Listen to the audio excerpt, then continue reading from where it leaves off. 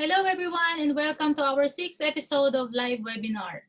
Experience a one-of-a-kind lifestyle in the heart of the city. Today, I will present Avida Land's condominium development that features a low-rise, low-density design. By the way, I am Grace Sagas and I am part of Global Strategy Real Estate. Kamusta po ang lahat? Thank God it's Friday. So next week, GCQ na po tayo. And ang kailangan natin is doble ingat. So, para sa mga real estate persons na kagaya namin, kailangan natin ng doble ingat din para safe tayong lahat while working. So, for my topic today, I will discuss about Juan Antonio, Avida's first residential condominium. It is a development that features a distinct 6-story low-rise, low-density design. And to give you more information, let's start the discussion. So this project is developed by Avida, which is an Ayala land company. So their mission is to develop affordable dream communities that set the standard and the industry, respect the environment, and enhance the well-being of its residents. It is located along Sacred Heart, corner Dao Street, San Antonio, Makati City, which residents get to enjoy the more peaceful and quiet side while staying conveniently connected to all its comforts. So at Juan Antonio, you're just 2 kilometers from almost anything. So the completion date for this project is year 2022. So ito po yung site development plan for Juan Antonio. So the location again is on Sacred Heart. So yung bilog na color blue, yun po yung pinaka-location ni Juan Antonio. So ano ba meron sa Barangay San Antonio? So if you're familiar with the place, so pag sinabing San Antonio, puro house, kasi nasa loob siya ng village. So this project, ito yung pinakaunang condominium for in a village. So discuss ko muna si Barangay San Antonio. So fast facts, recognized structures and commercial establishment. So for the fast facts, ito ay one of the 7 barangays composing the West Side cluster. So Barangay San Antonio is one of the 7 barangays comprising the West Side or at the cluster 2 of Makati City. It is surrounded by Barangay La Paz in the north, Barangay Pio del Pilar, and San Lorenzo in the south. It is also in Barangay Santa Cruz and Bel Air, and then nearest din si Barangay Palanan. So Barangay San Antonio is also the next tier barangay after San Lorenzo, Bel Air, and Urdaneta. And with a land area of 895,800. So si San Antonio is very near Ayala CBD. So recognized structures is the National Shrine of the Sacred Heart, which is very near sa project. And then also St. Paul the Apostles Sanctuary. So San Antonio Village is also known for nearest commercial establishment, which is maraming restaurants, cafes, maraming kainan, and close proximity din siya to CBD, gaya na sabi ko kanina, Circuit Makati, City Gate, Rockwell, and Century City. So ito yung map kung saan nandun si San Antonio. And then 850 meters going to City Gate. And then 1.5 kilometer to Circuit Makati, which is the violet color. And then 2.6 kilometer to Ayala Center, which is yung green. And then sky blue for CBD. And then 2.7 kilometer to Ayala Triangle. And 5.9 kilometer to Makindi Exchange. So now I will discuss the project details for Juan Antonio. So ano ba talaga yung project ni Juan Antonio? So the vicinity, yung address niya is Sacred Heart. So halos katabi lang siya ni Sacred Heart Church. So ito po yung, and then corner siya ni Dao Street. Actually, this project is one of the project for this area. Pero meron din silang another project which is 2 Antonio. But now I will just discuss the 1 Antonio po. So this is the project perspective. So yung entrance niya would be in Dao Street. So makikita nyo ano lang siya, 6 stories. And then ito yung artist perspective sa loob ng project. So yung concept ni Juan Antonio, as I mentioned, is condo-village in the city. So it features a 6-story low-rise and low-density with 60% open space and greenery villages. So environmental friendly siya. So maraming yun, mga puno, even before meron din mga puno doon bago nila nabili yung project. So yun, binalik lang nila with community nga lang, with condominium inside. So it is a typical T-shaped layout. So merong, mamaya explain ko po yung meaning ng T-shape. So si Juan Antonio is one of a kind because yun, meron siyang T-shaped footprint and then 6-story. And then meron din siyang atrium center. And then single loaded hallway building. So ang ino-offer lang ni Juan Antonio is 2 and 3 bedroom with balconies on all units. And also, they are also offering 100% parking provision. So parang ang mangyayari, 1:1 ratio. And then yung amenities niya is all in the ground floor. Okay, for the general information, yung total lot area ni Juan Antonio is 7,059. And then number of units niya for the full building is 198 units. So konti lang. And the number of parking slots, 200 slots. Yun na-mention ko na 1:1. So pag bumili ka ng unit, may kasama na siyang parking. And the number of elevator is 2. So isang passenger and 1 service. So yung service is for the kung may ipapasok or ilalabas kayong gamit. And then number of floors as mentioned also is 6 floors. And then number of units per floor, grabe napakakonti. 37 units lang po. Okay, so ito yung site development. So yung entrance niya would be on Sacred Heart. And then yung amenities niya, pagpasok is on your left side, which is merong pool, and then merong lanay, open lawn, and then residential parking yung nasa upper side, and then yung nasa baba is yung amenity, apart din siya ni amenity area. So ito po yung pinaka-closer outlook for amenities, which is meron silang open pavilion, wading pool, jogging path, playground, fitness area, yoga deck, and open lawn. So for the parking plan, this is the ground floor plan for parking. So there is a 27 covered parking and 26 open parking. So optional kung ano yung gustong parking na makuha ni buyer. So if bibili po kayo ng isang unit, kunyari gusto nyo ang parking nyo is sa labas, pwede po. Or sa loob, pwede din. And then for the ground floor plan, meron pong 54 units of parking slots. And then another one is in basement. This is 147 covered parking. And then yung na-mention ko kanina, 200 units yung parking slot. So yung dalawa doon is for 198 parking slots, and then dalawa is for PWD parking.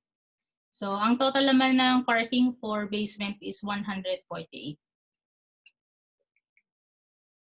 So this is the ground floor plan. So kung bibili kayo ng unit, meron din sa ground floor, which is 13 units. 11 na 2-bedroom, and then dalawang 3-bedroom. So ito yung typical floor plan for ground floor. So corner unit C 2-bedroom, and then inner C 3-bedroom.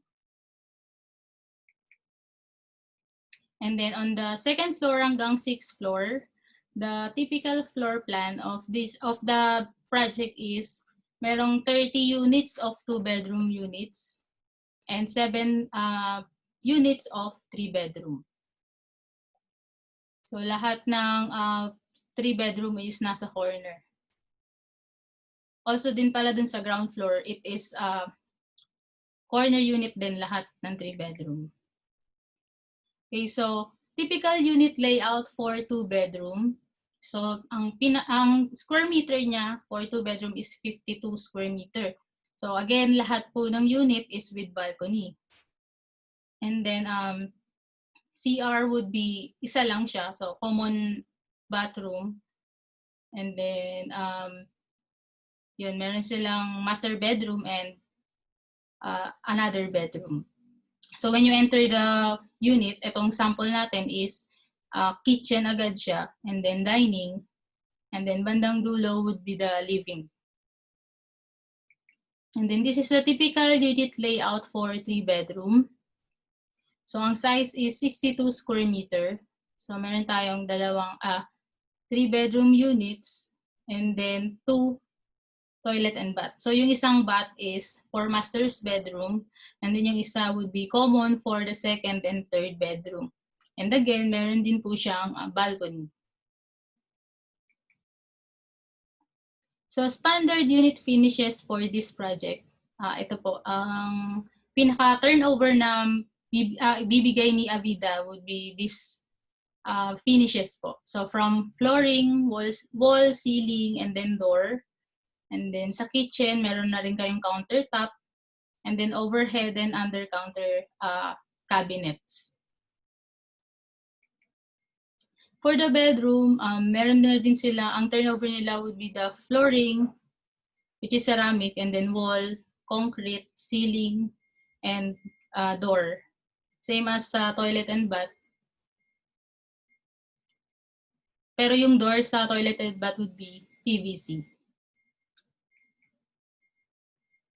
So standard unit finishes. So for this one po, air conditioning, ang pinaka-turnover ni Avida Land for this project, ang provision niya for aircon is window.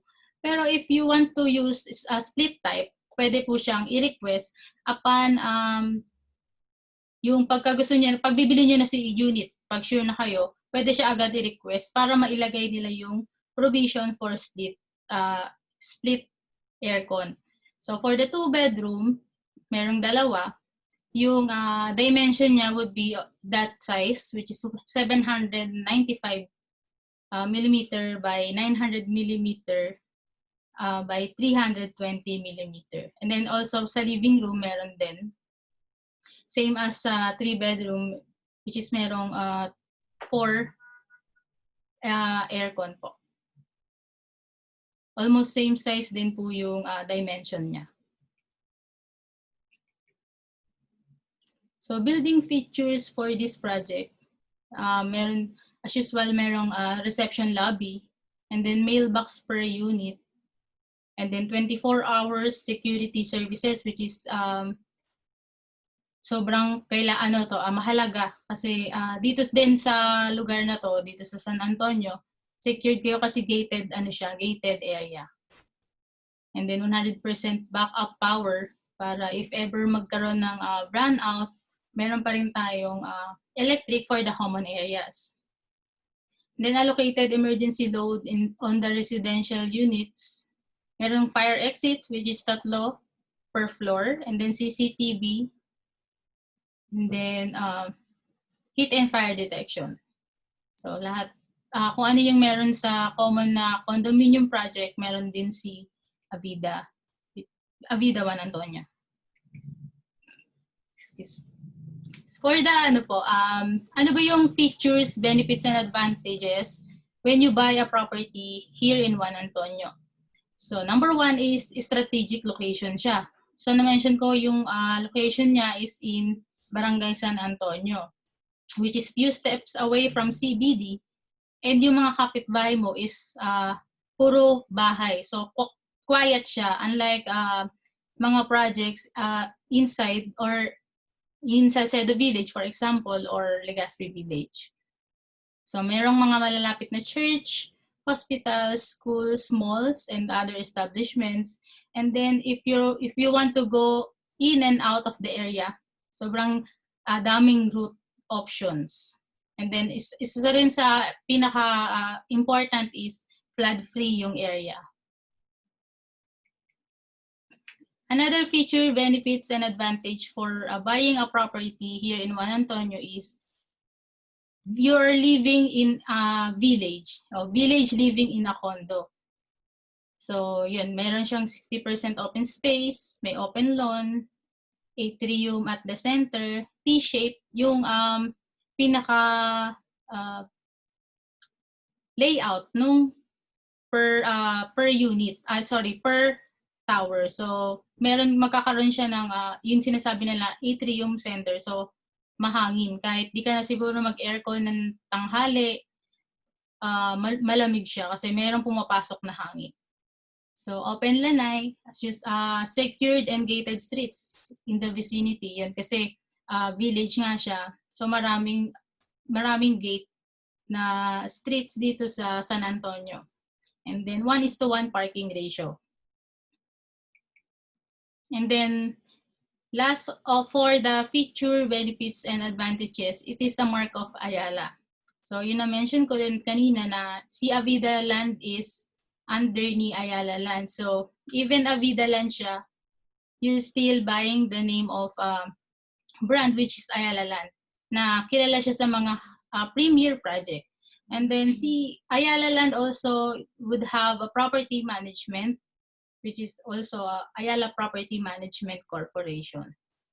So if bibili ka ng property and then medyo natatagalan maghanap ng magre-rent, pwede kayong tulungan ni Ayala Property Management.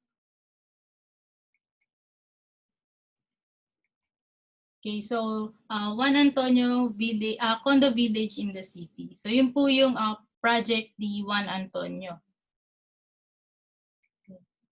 So for updates about this project, or if you have questions, you can reach us to our Facebook, Instagram, Twitter, and then yung YouTube namin, meron kami mga videos and updates lalo na for the construction. And then we have also Pinterest and LinkedIn.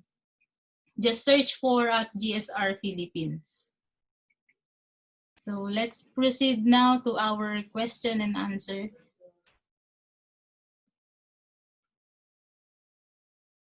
So yun.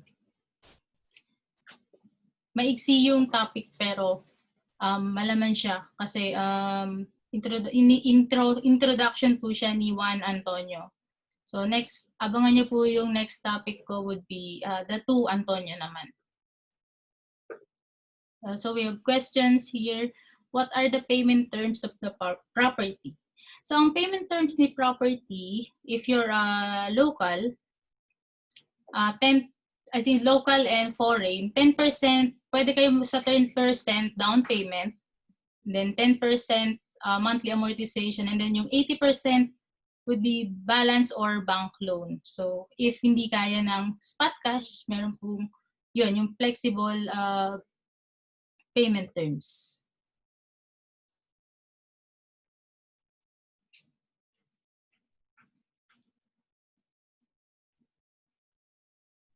Okay, so next question is total number of units and parking. So yun, 1:1 po ang parking. So if there is 198 residential units, there is also 198 parking slots. So yung 2 remaining slots is for PWD parking. So meron lang silang sobrang isa.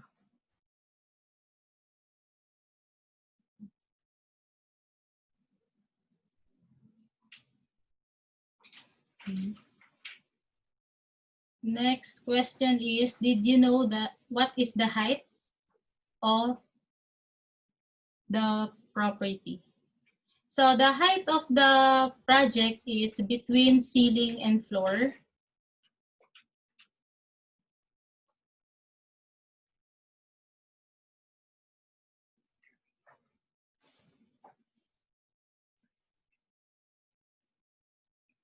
Five meter.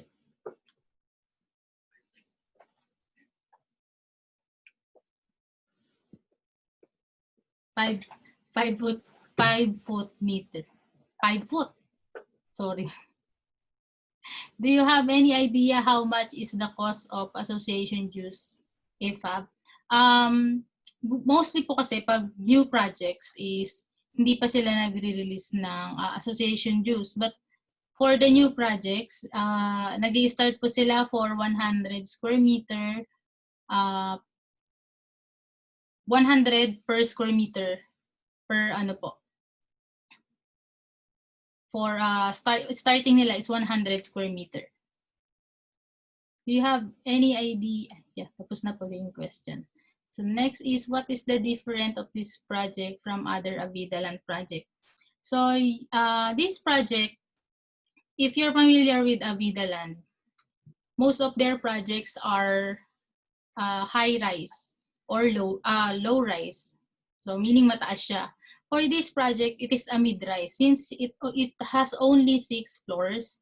And then also, project nila is, makikita nyo along, like for example is nearest to Makati CBD. But this is also Makati CBD, nearest Makati CBD, pero nasa loob siya ng village.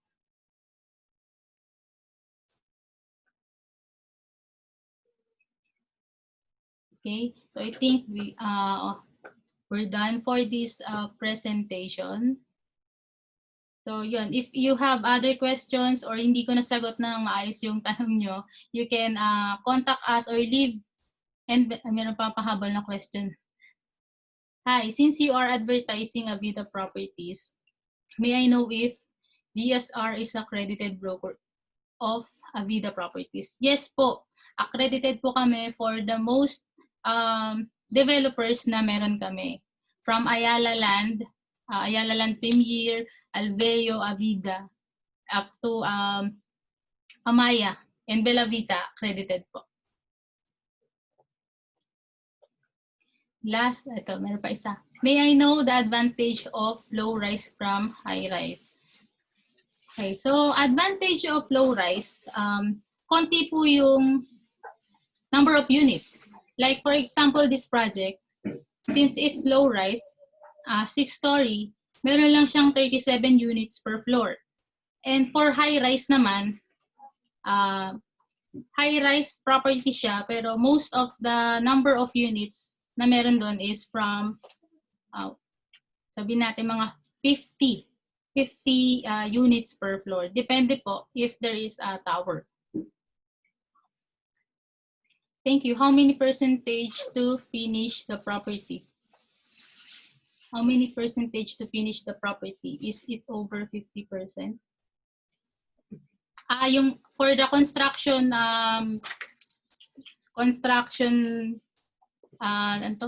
update, it is 60% na po. Actually, tayo na po si 6th floor. So, ang finishing na lang would be the inner and outer design, which is yun nga, yung mismong amenities is hindi pa po siya tapos. So, yung mismong building lang, nakatayo na po siya as 6th floor and T-shape, pero yung the rest is under construction po. If I were a buyer, why will I buy units in GSR instead of buying directly to Avida properties? What else your company can offer? So, the benefits of buying from GSR to Avida is, ito po. If you buy property to GSR, from start, from number 1 or from start to finish, we can assist you. From buying your property, applying your loan, assistance for the documentations and then receiving your units, we can assist you. Hindi lang po yan. After assisting your units or turn over your units, ito depends po sa owner kung i-endorse niya or i-enroll niya si property sa amin, which is we are also a property management, so even interior, pwede rin po namin kayo tulungan up to makuha niyo yung magkaroon tayo ng tenant for the unit. So and then yung meron kaming sales and leasing to look for the lessee of your property. So madali nating mababawi yung monthly income or yung cost ng binayad nyo to buy this property. Thank you po. Avida can offer discounts in buying units. Did GSR also give discounts? So for that question po, actually, yes, we're basing din kasi sa discount from Avida. But if we can still negotiate the asking price to the developer as we can, pwede po naman namin kayo mabigyan ng discount for that.